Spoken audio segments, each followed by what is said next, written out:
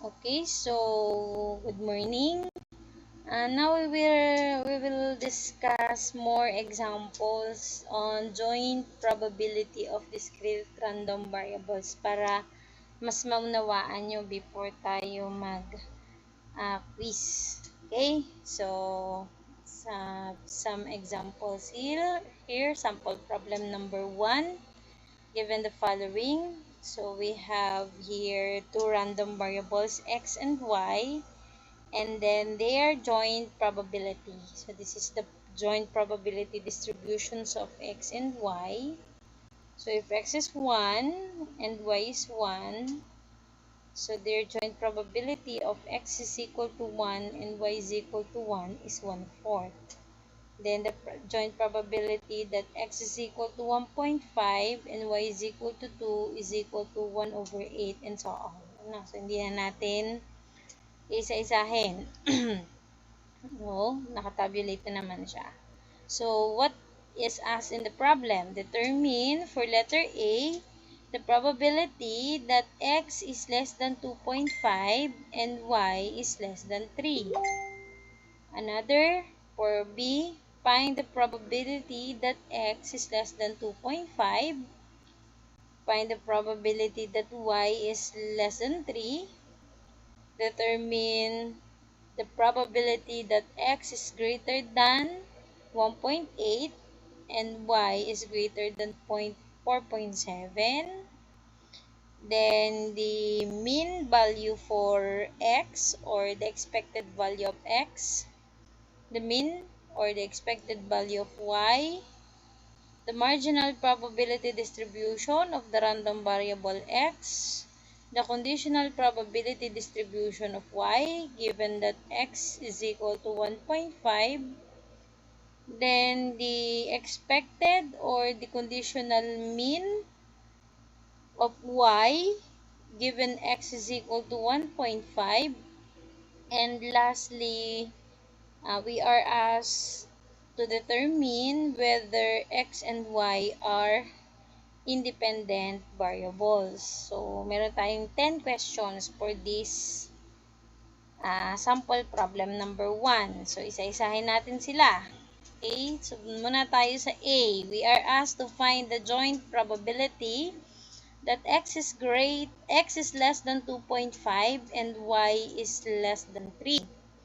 So, ito yung given natin. So, mas maganda ay i-convert natin yung table natin para kita natin yung intersections ng x and y. Para yun yung magiging joint probability natin. So, ito siya. I-convert natin yung itong given na table sa ganitong table. So, paano yung ganitong table? So, yung nandito sa ating columns are the values of y. So, we have 1, 2, 3, 4, and 5. Okay? Then, dito naman sa ating rows are the values of x. So, we have 1, 1.5, 2.5, and 3.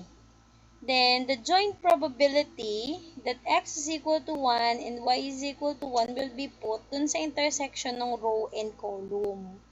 So, para mas madali siya. So, ito nagiging 1/4. Okay? Then, para naman doon sa 1.5, so, meron siyang joint probability with 2, which is 1.8, and joint probability with y is equal to 3, which is 1/4. And then for x is 2.5, ang joint probability na meron siya ay with y is equal to 4, which is 1/4. And for x is equal to 3, y is equal to 5. So that's 1/8. So, galing natin i-check, dapat yung total na probability distributions natin ay 1. Okay, so kaya kung makikita nyo, if you're going to add this, yung 1/4 plus 1/8 plus 1/4 plus 1/4 plus 1/8, ang total niyan ay 1. Okay, so lagi po dapat ganun. So, kapag kayo ay nag-solve, ito kasi given na yung joint probability distribution. Pero may mga problems na hindi. So, kayo yung magso-solve nung joint probability distribution. Meron tayong ganong example later. So, para ma-double check nyo, kailangan yung total nun ay 1. Okay? So, balik na tayo dito sa ating requirement. Kailangan daw less than 2.5 ang x. So, alin ba yung less than 2.5 yung x? So, di ba yun yung 1 and 1.5. So, we have yung 1 at saka yung 1.5. Okay? Tapos yun namang less than 3 ang y, ay di yun yung 1 at saka yung y equals 2. So, yung joint probability nila is yung sum lang nung nasa intersection nung ating row and column. So, dito, para sa 1, 1, so 1/4 at saka yung 1.5 to 1/8. So, ibig sabihin, yung ating joint probability that x is greater than less than 2.5 and y is less than 3 ay equal dun sa 1/4 at saka dun sa 1/8. Okay, so the answer is 3/8. So, yun na for letter A. Okay, next. Letter B question, we are asked to find the probability that x is less than 2.5. So, yun ulit yung given, ito ulit yung transformed joint probability distribution table natin. So, hinahanap lang naman ay sa x lang. Sa x lang tayo nakafocus. So, yung probability na ang x daw ay less than 1. No? So, kung natandaan nyo yung marginal probability natin, so ito yung tinatawag natin na marginal probability. Kasi with regards to x lang. So, kapag isang variable lang yung kinoconsider natin, ang tawag natin ay marginal probability. Na-discuss naman natin yun dun sa unang PowerPoint na diniscuss natin. Okay? So, ngayon, kapag ang hinahanap natin is less than 2.5, yung marginal probability ng bawat value ng x, yun yung summation ng lahat na nasa row. Kunwari, sa x is equal to 1, ang marginal probability ng x is equal to 1 ay yung summation nitong buong row na to. Okay? Kaya ang hinahanap natin ay less than 2.5. So, 1 at saka 1.5 ang kasama doon. So, yung sa 1, 1/4. Tapos, yung sa 1.5 naman is yung 1/8 and 1/4. Okay, so meron pa bang less than 2.5? Wala na. So, yun na yung pagsasamahin natin.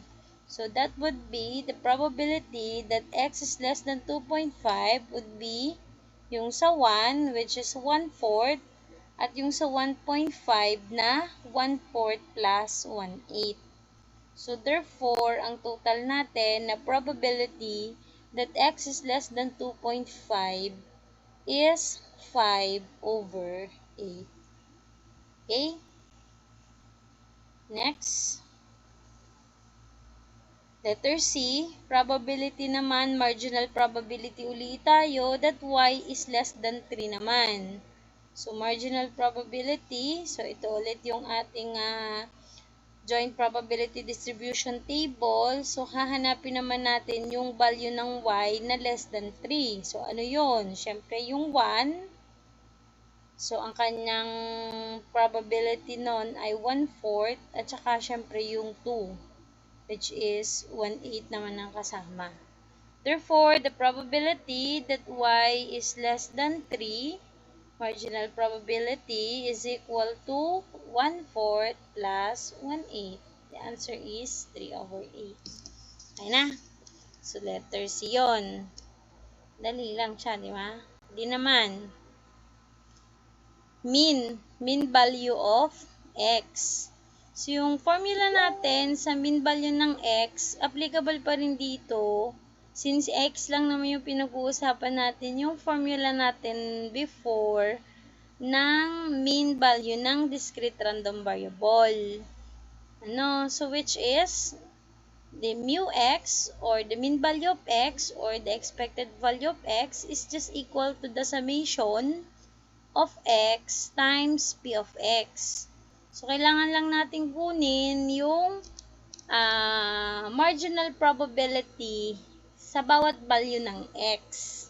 Tapos, i-multiply natin siya kay x. Okay? So, ito ulit yung given natin. So, mag-upisa tayo kay x is equal to 1. So, para sa x is equal to 1, so, yung x natin is 1, ang ating marginal probability dun ay 1/4. Okay, so that is 1 times 1/4. Plus, ang susunod naman natin is sa 1.5. Sa 1.5, dalawa siya pag-aadin natin ito. So, bali, 1.5 times 1/8 plus 1/4. Then, sa 2.5, 1/4. Yan. And lastly, sa 3, then 3 times 1/8. So, calculate lang natin yan using our calculator. The answer would be 1.8125. So, ibig sabihin for this particular problem, kung meron tayong i-expect na value ng x, so, naglalaro lang siya sa about 1.8125. Okay? So, based on our formula. Okay? For f naman, ay di mean value naman ng y. So, ganun din ang gagamitin natin na formula. Sa y naman tayo magpo-focus. Okay? So, mag-umpisa tayo sa y is equal to 1. So, sa column naman tayo, so that is 1/4. 1 times 1/4. Then, sa 2, that is 2 times 1/8. Then, sa 3, 3 times 1/4 times sa 4, tapos sa 4, 4 times 1/4, and then sa 5, 5 times 1/8. So, again, computin nyo lang, total, ay, equal sa 1 point, ay, wait lang, hindi ko yata yun na calcu. Sorry. Calcu natin ha, paki-double check. 1/4 plus 2/8 plus 3/4 plus 1 plus 5/8. So, the answer is 2.875 dapat yun. Sorry, hindi ko na-edit. Okay? Ano nyo na lang. Check nyo na lang. That's 2.875. Okay? So, next tayo. The marginal probability distribution naman ng random variable x. Actually, parang na-solve na rin natin to kanina kasi ginamit natin siya pero hindi natin blunt nalagay. So, pag marginal probability distribution, so lahat ng marginal probability ng lahat ng value ng x, So, ito, hindi ko na inilagay yung original na table na given kasi ito na rin naman ang pinagbabatayan natin ng ating solution. So, titingin lang tayo sa value ng x. So, ang gagawin nyo lang dyan ay ito total nyo bawat row, di ba? So, para sa 1, so, that is 1/4. Para sa 1.5, ito yun. So, that is 1/8 plus 1/4. So, that's 3/8. Para sa 2.5, so that's 1/4. And para sa 3, that's 1/8. Okay, so ito yung probability distribution, marginal probability distribution ng random variable x.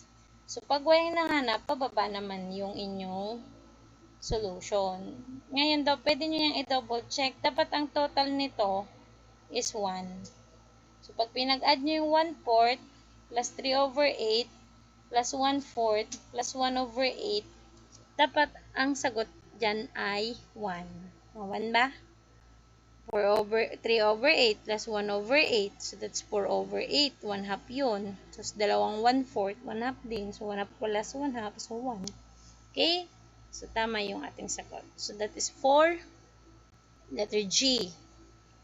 Then, for H na tayo. Conditional probability distribution of Y. Given that X is equal to 1.5 o conditional probability na. So, yung kanina, marginal probability. So, ito naman, conditional probability.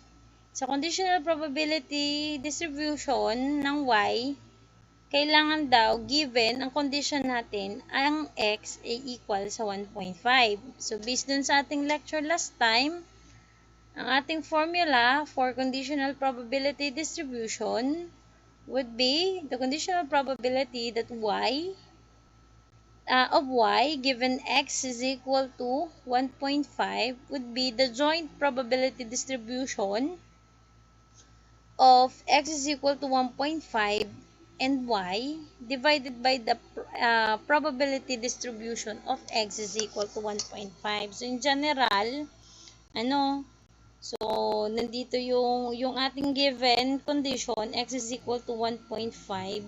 So, yung joint probability ng bawat y with x is equal to 1.5 over the marginal, ito marginal probability ito. Pag may comma, separated, so that's joint probability. Pag wala siyang kasamang, pag isang variable lang siya, that's marginal probability. Tapos pag ganito, may bar na ganyan, conditional probability. So, dapat maging familiar kayo dun sa mga notations na yan. Otherwise, talagang malilito kayo lagi sa mga formula. Okay. So, ito yung given natin. Medyo pinalit ko lang yung table para magkasya solution natin. So, yung kukunin natin is probability distribution ng y yan. So, yun yung probability distribution. So, sa y equals 1, y equals 2, y equals 3, y equals 4, and y equals 5. So, pero, kailangan, ang given nating condition, ang x natin ay 1.5. So, ito yung given condition natin. So, unahin natin, the probability that y is equal to 1 given x is equal to 1.5. So, susunod naman para sa 2, so y equals 2 given that x is equal to 1.5. Then para sa 3, probability na y is equal to 3 given x is equal to 1.5. Probability na y is equal to 4 given x is equal to 1.5. And lastly, probability na y is equal to 5 given x is equal to 1.5. O, saan galing yun? Dito lang yun ha. 1, 2, 3, 4, 5. Isa-isa. Okay? So, dito natin siya ilalagay sa table na yan. Okay? So, for y is 1, 2, 3, 4, 5. Ito yung kanyang conditional probability distribution. Conditional probability when x is equal to 1.5. So, umpisa na natin. So, y is equal to 1, x is equal to 1.5.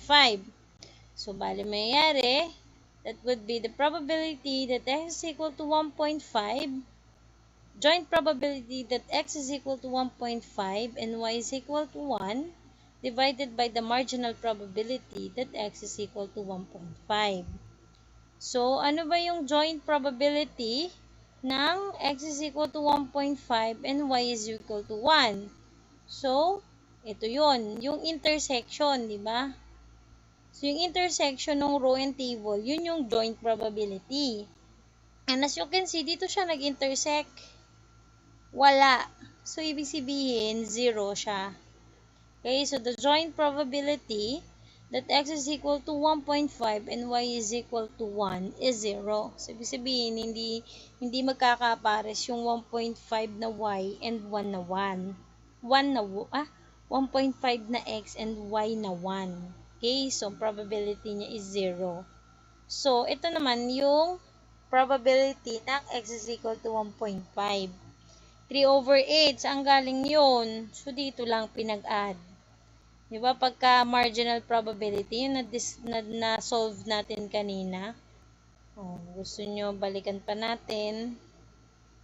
Ayan. para sa marginal probability ng 1.5, 3/8. Okay? Although, kitang-kita nyo naman yun dito sa table. Okay?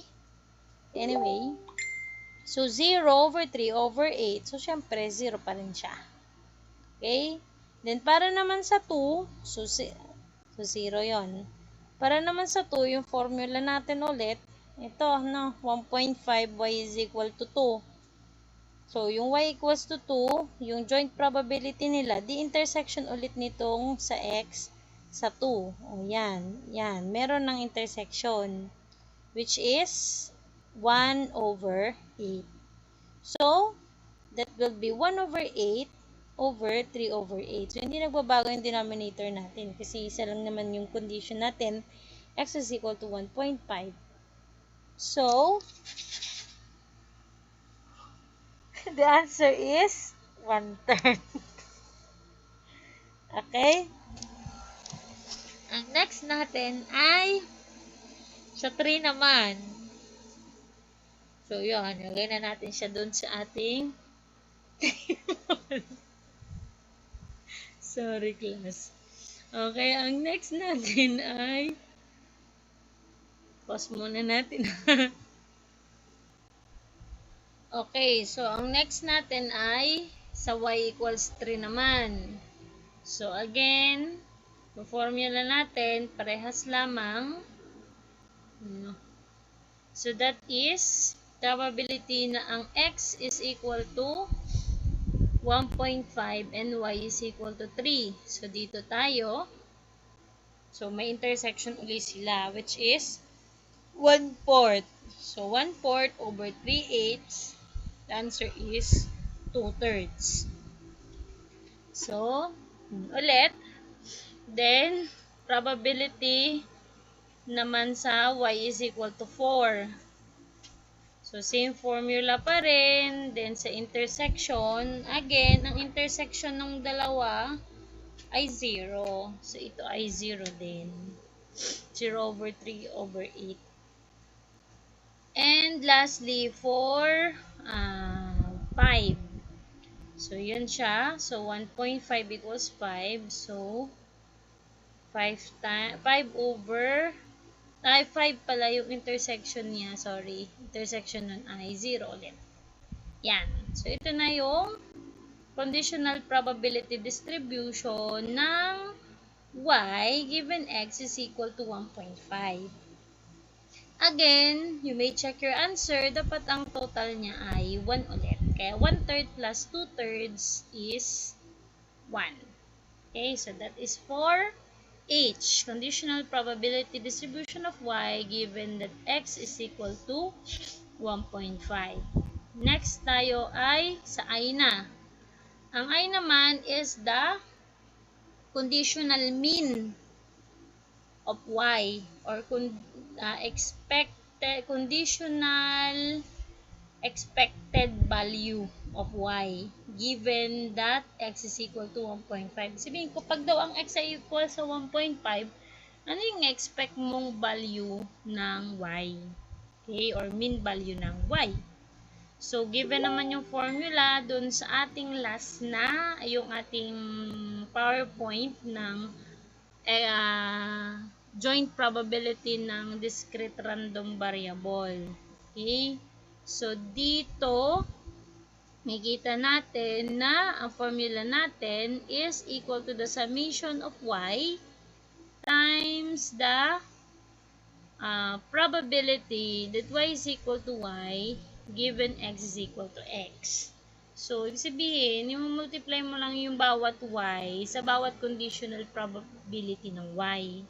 So, kailangan natin dyan yung conditional probability distribution na ginawa natin kanina. Okay? So, ito siya. Inadapt lang natin. Nilagay natin yung condition natin. Ang condition natin ay x is equal to 1.5. So, ito yung kanina natin ginawa na conditional probability distribution ng y given x is equal to 1.5. So, dito lang tayo magbe-base. Yung multiply lang natin yung bawat y sa bawat conditional probability niya. So, ibig sabihin, the mean value of y given x is equal to 1.5 would be equal to 1 times 0 plus 2 times 1/3 plus 3 times 2/3 plus 4 times 0 plus 5 times 0. The answer would be 2.6667. Okay? So, yun ang answer natin for I. That is the, sabihin niyan, kapag daw ang x mo ay 1.5, ang possible value ng y mo ay 2.6667. Okay? So, as much as possible, lagi tayong up to 4 decimal places. Okay, next natin. The question is, are x and y independent? So, paano ba malalaman kung ang x and y ay independent? So, kasama rin dun sa ating na-discuss last time sa joint probability ng discrete random variable. The joint probability of two independent variables daw is equal sa product pala. So, joint probability of x and y is equal to the product of their marginal probabilities. So, yung marginal probability ni x multiplied by the marginal probability ni y, ang sagot, ang sagot nun ay nag-equal sa joint probability ng x and y, ibig sabihin sila ay independent events. Pero pag hindi, hindi sila independent. Okay? So, again, kailangan nating makuha yung mga marginal probability. Kanina, kinuha lang natin yung sa x. So, ito total lang naman yung kada row. Yun yung ginawa natin kanina. So, ngayon, sa y naman, dito naman siya, yung marginal probability. So, kunwari, doon tayo sa joint probability sa 1-1.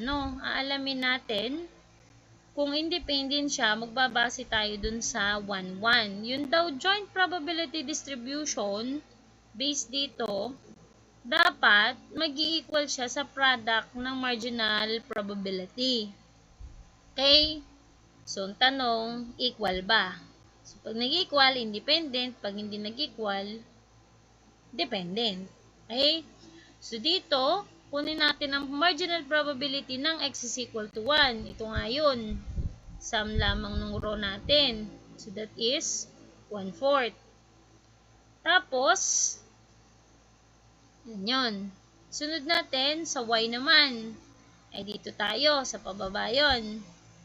So, that is, pag inad natin ito lahat, iisa lang naman siya. So, 1/4 pa din. Okay? So, pag pinag-multiply natin ngayon sila, 1/4 times 1/4, obviously, that's 1/16. E ano bang joint probability ng x is equal to 1 and y is equal to 1? Di ba yung intersection? E ang intersection niya, 1/4 din. So, equal ba? Hindi. Therefore, they are not independent events. So, try natin sa iba pang values. So, pwede nyo siyang i-check kasi kahit saang value di ba? So, try natin sa x is equal to 1.5 and y is equal to 2 naman. Okay? So, para sa x is equal to 1.5,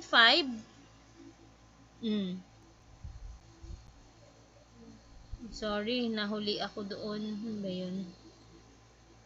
So, para sa x is equal to 1.5, 3/8 yon, no? So, yan. Tapos, para naman sa y is equal to 2, ito naman siya dito sa pababa. So, sa y is equal to 2, pag tinotal mo yun, 1/8. So, multiply ito ng 1/8. So, 3/8 times 1/8. So, yun ay 3/64. Equal ba siya sa joint probability? Again, ang joint probability, yung intersection. 1.5 at saka 2. Di ba ito yun? 1/8. So, equal ba sila? Hindi. Okay. Therefore, they are not dependent are not independent events, or they are dependent events. Okay? So that is for sample problem 1. Now, let's move to sample problem 2. Okay, in the transmission of digital information, the probability that a bit has high, moderate, and low distortion is 0.01, zero point 0.1, and 0.89 respectively. Suppose the 3 bits are transmitted and that the amount of distortion of each bit is assumed to be independent. Let X and Y denote the number of bits with high and moderate distortion out of the 3 respectively. Determine the joint probability distribution of variable X and Y. Okay? So, meron tayong itinatransmit daw na digital data or digital information in forms of bit. Now, yung probability na madidistort siya, merong low probability, moderate probability, and high probability. So, maliit lang naman yung probability na high distortion ang mangyayari, 0.01 lang. Yung probability naman na moderate, 0.1. Yung probability naman na low, 0.89. So, pinakamataas yung low, which is dapat naman talaga, no? Kasi as much as possible, syempre, yung ating transmitted data ay wala o up to low distortion lang. So, papansinin nyo, dapat yan laging total yan na 1. Okay? Kasi, tatlo lang yung posibleng mangyari. High, moderate, and low lang daw. So, ibig sabihin, pag inad natin yung probability ng tatlo, dapat ay 1. Okay? Suppose the 3 bits are transmitted. So, tatlong bits lang daw yung transmit na kinoconsider natin dito. At yung amount ng distortion sa bawat bit is assumed to be independent. Ibig sabihin, yung bawat bit independent. Kunwari, transmit mo yung first bit. Kung yun ay nag-low, nag-high, or nag-moderate, hindi nun maka-apektuhan yung second bit. Okay? Ganon din si third bit. So, each bits are independent of each other. Okay? But what is X and Y? Take note ha. The independent, yung bawat bit. Ang X and Y natin dito, yung number of bits na may high and may moderate distortion out of the 3. Okay, so tatlong transmit, kinakategorize siya kung with low, with high, or with moderate distortion. Yung X, yun yung bilang ng dami ng yung number ng bits na may high distortion. Yung Y naman daw, yun yung number ng bits na may moderate distortion. So, hindi natin kinonsider yung may low distortion. So, dun lang tayo nakafocus sa high and moderate. Okay? Now, we are asked to determine the joint probability distribution of variable X and Y. Okay? So, ito yung katulad ng example na nandun sa una nating PowerPoint. Okay? So, let's try natin. Solution natin dito. So, X and Y here are obviously dependent. Take note ha.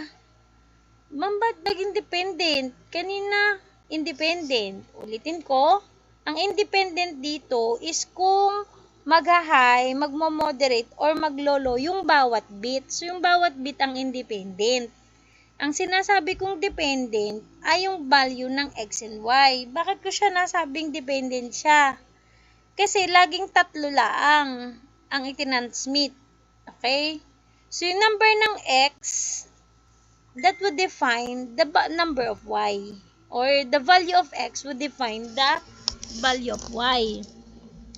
Remember again that X is the number of bits na may high distortion and Y is the number of bits na merong low moderate distortion. Okay?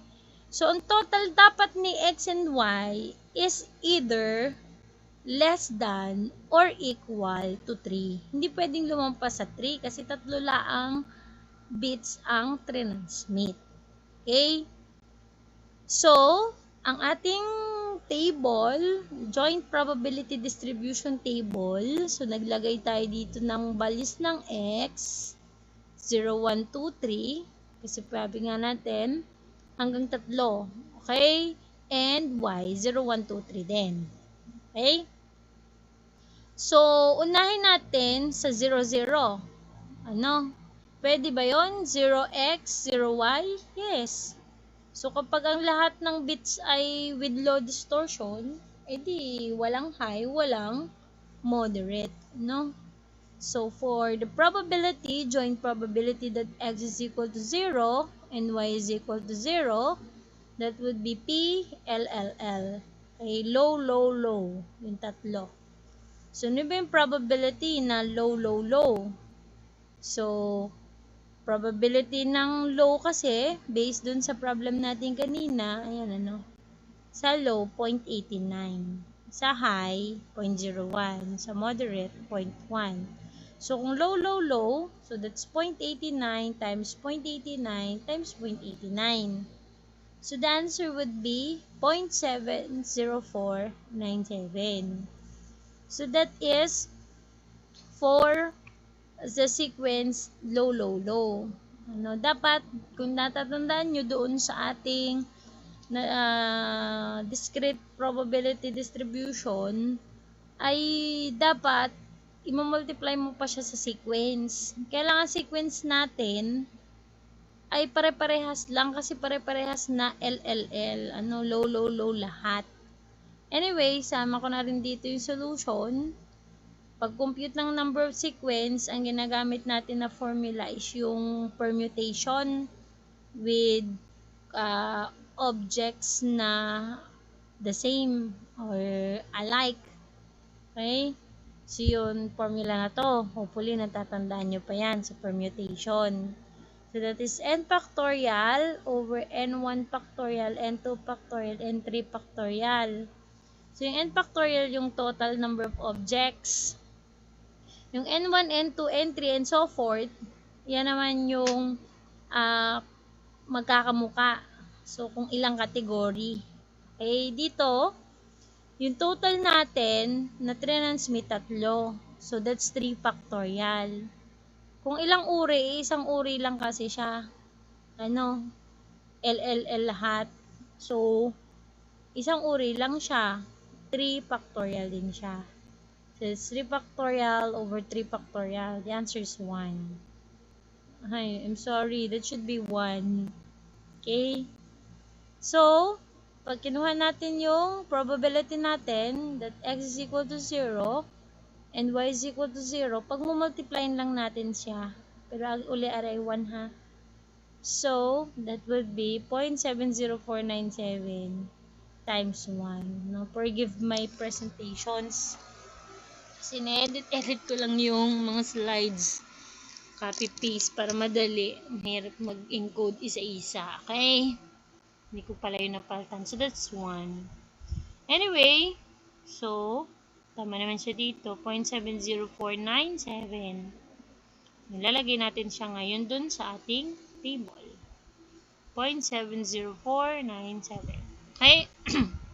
That's for 0, 0. So, try natin si 0, 1. 0, 1.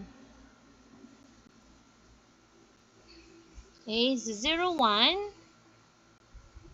Ayan na. Ano? So, pag 0, 1, ibig sabihin walang high, pero may isang moderate. So, combination nun, isang moderate, dalawang low. Diba? Wala tayong high. So, ano ba yung probability ng moderate natin? 0.1, diba? That would be 0.1 times 0.89 times 0.89. The answer is 0.0792. Dito na makikita natin yung effect ng sequence. Kasi yung sequence, pwedeng yung first bit natin, katulad nito, moderate, tapos low, low. Pero pwede rin naman na low, moderate, low. Di ba? Papasok pa rin yun dun sa merong isang moderate at dalawang low. So, kukumputin natin yung lahat na possible. Pwede ring low, low, moderate. Di ba? Pwedeng low, moderate, low. Okay? So, para natin malalaman kung ilan yung lahat ng possible sequence, apply natin yung formula natin kanina. Okay? So, again, ang tinansmit natin na total is 3. So, yun yung sa taas natin, 3 factorial. Dalawa na ngayon ang category natin. Isang M, isa lang siya. Tapos, ang L, dalawa. So, 1 factorial, 2 factorial yon. So, ito siya. So, that is 3. Okay? Therefore, yung joint probability na x is equal 0, y is equal to 1 would be, kung mo multiply natin siya, the answer is 0.2376. Okay, ulit natin siya dun sa ating table. Okay, so ganun ulit yung gagawin natin. For 0,2 naman siya. Okay, so mayroon tayo sa 0,0, 0,1. Let's do the 0,2. So sa 0,2, wala pa rin tayong high, pero dalawa na yung moderate natin. So, MML na siya. So, yung probability natin would be 0.1 times 0.1 times 0.89, which is 0.0089. Then again, yung number of sequence natin, dalawa. So, dalawang M, 2 factorial, isang L. So, 1 factorial. So, that would be 3 factorial over 2 factorial, 3 pa rin. Then, ang gagawin para makuha yung joint probability na x equals 0 and y equals 1, pag multiplyin mo lang siya. The answer is 0.0267. Okay? So, yun. So, 0, 2. Next, 0, 3. Yan. Tayo 0, 1, 0, 2, 0, 3 na tayo. So, for 0, 3, so, wala ulit tayong high. Tatlo na yung moderate. So, puro moderate na siya. MMM. Okay? So, 0.1, 0.1, 0.1. The answer is 0.001. Then, for the sequence, isa na lang uli siya. Sequence. So, 3 factorial over 3 factorial uli siya. Equals sa 1. Then, pag mo multiplyin, to get the joint probability of x is equal to 0 and y is equal to 1. So, that's 0.001. Lagay sa table. Nga? Next, para naman ulit tayo sa 1,0 naman tayo. 1,0. Dito na tayo second row. So, sa 1,0, isang high, wala tayong moderate. So, syempre, ang kasama ni high, kung walang moderate, is si low. Okay? So, that would be HLL. Okay? So, for HLL, so that's 0.01, 0.89, 0.89. So, pag pinag-multiply, yun is 0.0079. So, yung number of sequence natin, dalawang category natin dyan. So, 1 factorial, 2 factorial tayo dyan. So, 3 factorial over 2 factorial times 1 factorial. The answer is 3 again. So, again, pag mo-multiply natin, the joint probability that x is equal to 1 and y is equal to 0 is 0.0079 times 3. The answer is 0.0237. Yan siya. Okay, next is x equals 1, y equals 1. Okay, so x equals 1, y equals 1. Ganun ulit. So, pag tigisa na sila, isang high, isang moderate, syempre yung isa low.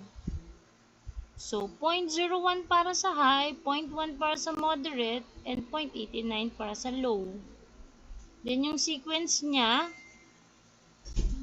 so that would be 3 factorial sa taas, tas over, tigigisa. So, 1 factorial, 1 factorial, 1 factorial, which is 1. 3 factorial over 1 factorial is 6. Kasi 3 times 2. So, pag multiply natin, for the joint probability that x is equal to 1 and y is equal to 1, that would be 0.00089 times 6.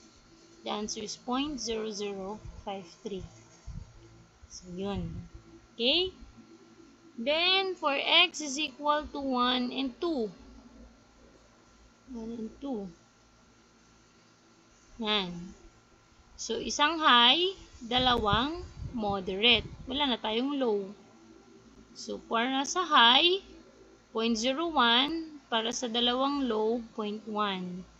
The answer is 0.0001. Then, for the sequence, so dalawang category ulit tayo, dalawahan at saka isahan. So, 3 factorial over 1 factorial times 2 factorial.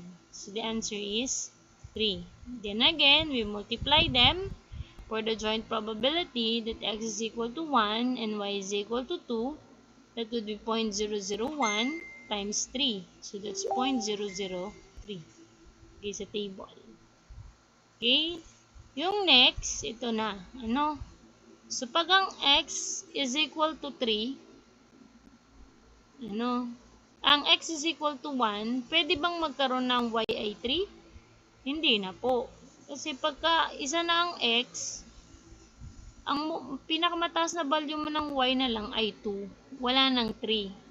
Kasi kapag may isang x ka at tatlong y, ay di apat na yon, ay ang ating bits ay 3 lang. Kaya sinasabi ko kanina na dependent yung kanilang sum. Ano? So, punta na tayo dito sa third column. Doon na tayo sa x equals 2 and y is equal to 0. Okay, so for x is equal to 2 and y is equal to 0. So, dito, dalawang high, isang low kasi wala tayong moderate. So, that would be 0.01 times 0.01 times 0.89. So, pag kinalculate natin, that's 8.9 times 10 to the negative 5.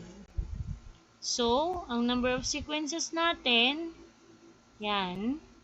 So, dalawa uli siyang category. Isahan, tsaka dalawa. The answer is 3.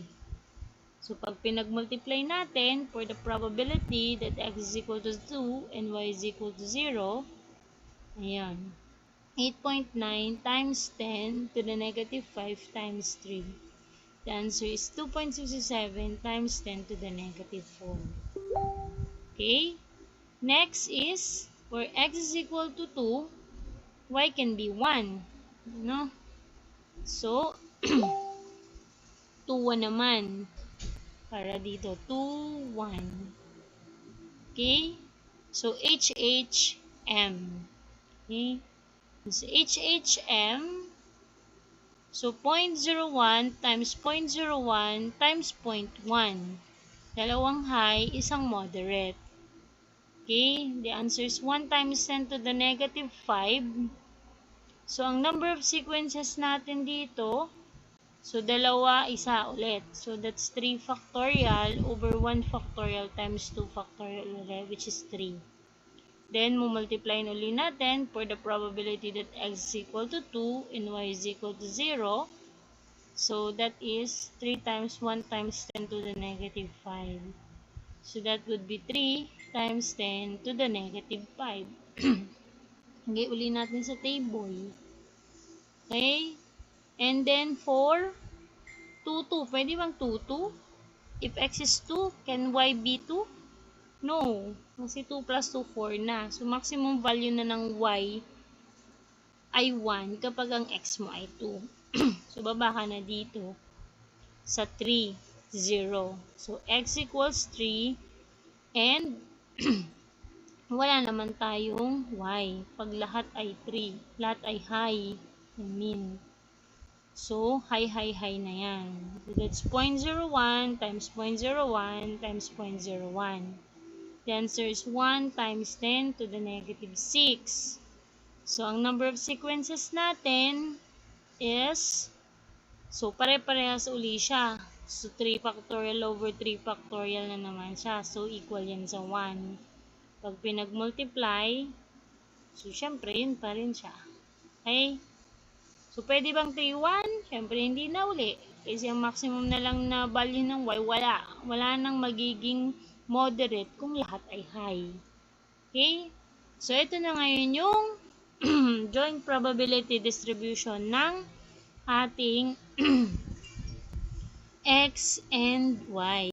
Okay? So, actually, you can check. Check nyo yung marginal probability. The marginal probability ng x, kailangan ang total nun ay 1. So, paano ba kunin yung marginal probability? Sabi ko sa inyo, so sa x, sum lang ng row. So, para sa x is equal to 0, i-add nyo lang to. Yung 0.70497 plus 0.2376 plus 0.0267 plus 0.001. So, ang total niyan ay 0.9703. Okay? Tapos, pag dito naman sa kabila, sa x is equal to 1, add nyo rin yan. 0.0237 plus 0.0053 plus 0.0003. The answer is 0.0293. Sa 2, ganyan din. The answer is 2.97 times 10 to the negative 4. And lastly, this one. So, dapat ang total nito, pag ini-add nyo, yan, equal sa 0.999898. So, approximately, equal siya sa 1. No?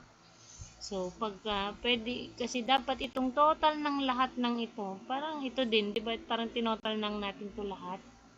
So, dapat equal yun sa 1. So, pwede rin yung padaanin sa y naman. No? Pag sa y naman, di pa baba tayo. Okay? Pag ganyan, ito yung answer, 0.7289. Ito naman, pag inad mo to, ito naman yung sagot, 0.2429. Pag dito ka naman nag-add, 0.027. Then ito. Pag inad mo yan, syempre, 0.998 pa din. Okay? So, approximately equals to 1. So, tama yung ating distribution. Okay? So, next problem na tayo. Sample problem number 3. Okay? Yan, tatlo na yung ating random variables x, y, and z have the following joint probability distribution. Ayan. Mahirap na itong i-convert dun sa natin kasi tatlo na yung ating variables x, y, and z na. Okay? So, dito na lang tayo magtsatsaga sa table na to mag-analyze. Anyway, ang hinahanap natin dyan ay probability na ang x ay equal sa 2, marginal. Probability ng x ay equal sa 1, joint probability ng x is equal sa 1, y is equal to 2. Probability na z is less than 1.5. Probability that x is equal to 1 or z is equal to 2. And the mean value of x. Okay, so mag-umpisa tayo dun sa una. X is equal to 2. So, hanapin lang natin lahat ng probability na ang x ay equal sa 2. Diba ito yun? Ito lang naman. Ang x kasi either 1 or 2 lang. So, ito lahat. So, yan yun. I-add lang natin tong probabilities na yan. Para rin na rin yan yung nasa row kanina. I-add lang natin yan para makuha natin yung probability na x is equal to 2. So, that's 0.2 plus 0.15 plus 0.1 plus 0.05. The answer is 0.5.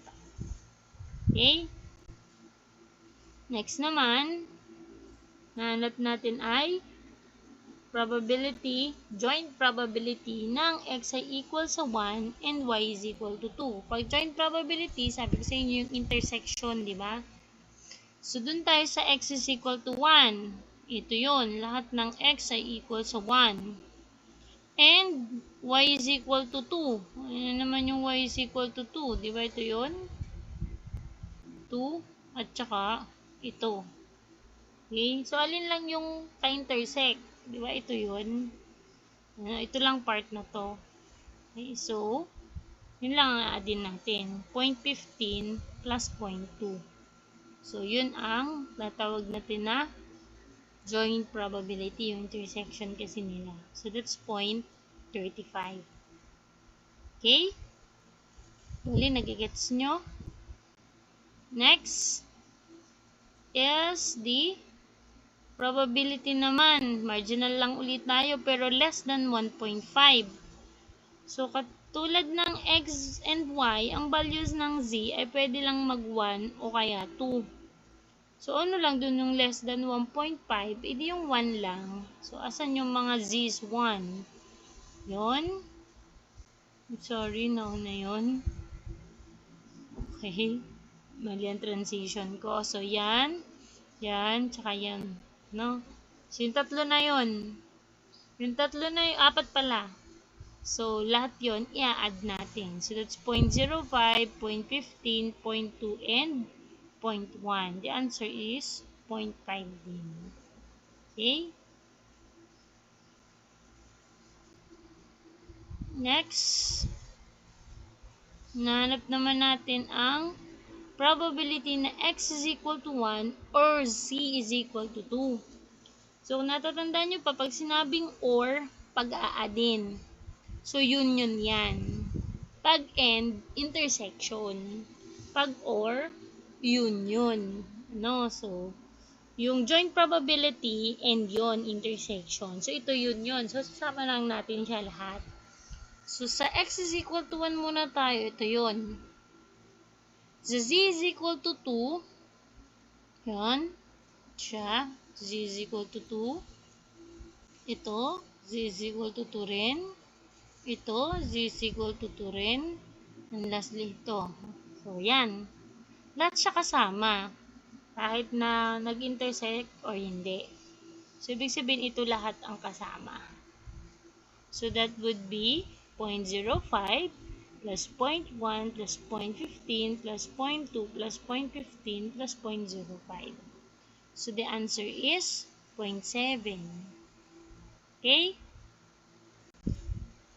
Then, the last question is the mean value for x.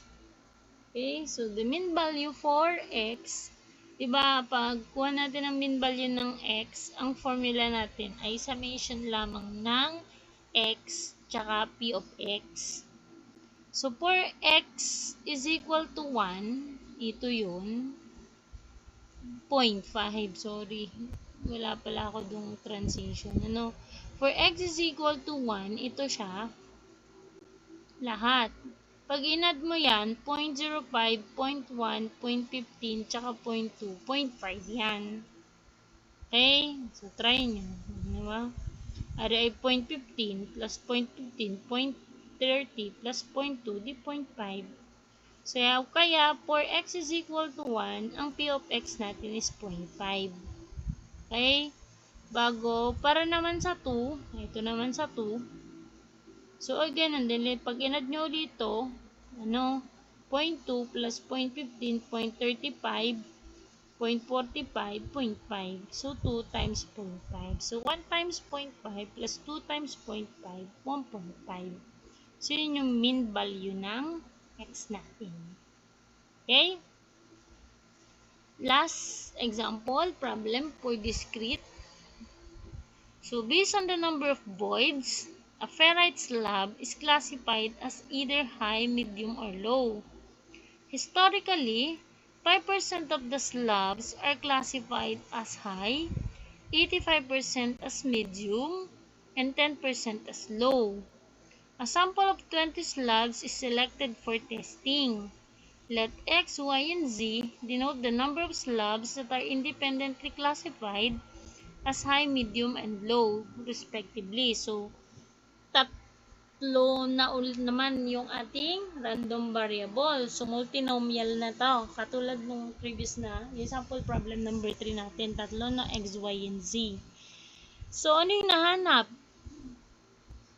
Joint probability that x is equal to 1, y is equal to 16, and z is equal to 3.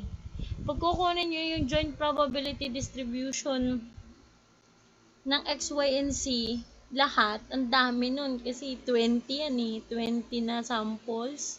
Sobrang dami. Okay? So, that would be uh, 3 raised to 20. Ganun kadami. Yung possible combinations natin, di ba? So, isa lang hinahanap natin, yung probability, joint probability distribution lang ng na pag ang x ay 1, ang y ay 16, at ang z ay 3. So, ibig sabihin, ang high voids, ano ba? High at saka low, medium, tsaka low voids. Okay?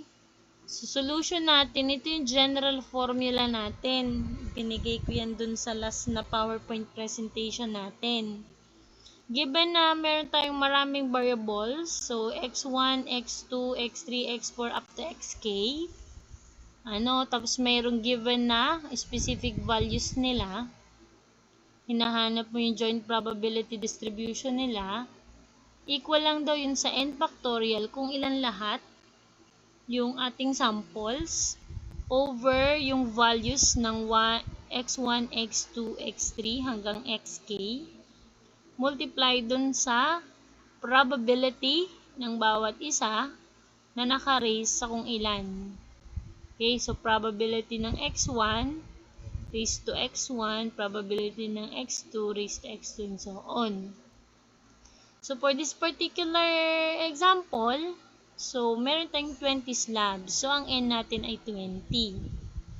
So, meron lamang tayong tatlong value ng x or tatlong random variables. So, salib na x1, x2, x3, that's x, y, and z. Na ang values niya ay 1, 16, and 3. Okay, so ito yun. So, ang hinahanap natin ay probability ng x is equal to 1, y is equal to 16, and z is equal to 3. So, substitute natin yung ating formula. So, ay 20 factorial over 1 factorial, 16 factorial, and 3 factorial. Then, yung probability naman, dito siya naka-base. So, para sa x, so that's 0.05. So, 0.05 raised to 1. Para sa y, so that's 0.85. So, 0.85 raised to 16. And 10% sa low, so 0.1 raised to 3. Okay, so ito siya. So, 20 factorial over 1 factorial, 16 factorial, 3 factorial, 0.05 raised to 1, 0.85 raised to 16, and 0.1 raised to 3. So, 0.0719. So, yung joint probability that x is equal to 1, y equals 16, z is equal to 3 is 0.0719. Actually, this formula, pwede nyo na ring i-apply dun sa kanina, yung pagdalawa lang yung kanyang random variable. So, parang ito yung multiply natin. Kunwari, high, low, yung kanina, yung probabilities nila. Tapos, dito naman yung sequence. Ito yung sequence. Tapos, pag multiplyin. So, this is the general formula kung ilan mang random variables yung gagamitin nyo. Okay, so you can apply that. So, meron pa palang tanong. Yun. The mean value of x. Sa mean value of x, yung bawat kasi, yung bawat ferrite slab, parang either nag-high, nag-medium, or nag-low lang siya. So, ang hinahanap natin ay yung sa 20 slabs, ilan daw yung expected value natin na mayroong high number of voids. Yun yung ibig sabihin ng E of X. Okay, so titingnan lang natin dyan, yung formula na binigay ko rin last time is eto, so you just multiply the number of samples times the probability nung random variable na hinahanap natin, no? So, yung dito, yung sa probability kasi na high is 5%. Okay, so yung P natin is 5%. Ang N natin is 20. So, that's 20 times 0.05. That's 1. Ibig sabihin, sa 20 slabs na i-check, ang expected based dito sa probabilities nito, sa history na to, ang possible na makukuha natin na number of slabs na may high number of voids ay isa lang based dito. So, yun po yung ibig sabihin noon. Okay? So, that's it for discrete random variable. So, thank you and God bless. Sana may natutunan, naging maliwanag. If you have any more questions, please don't hesitate to ask. Thank you and God bless.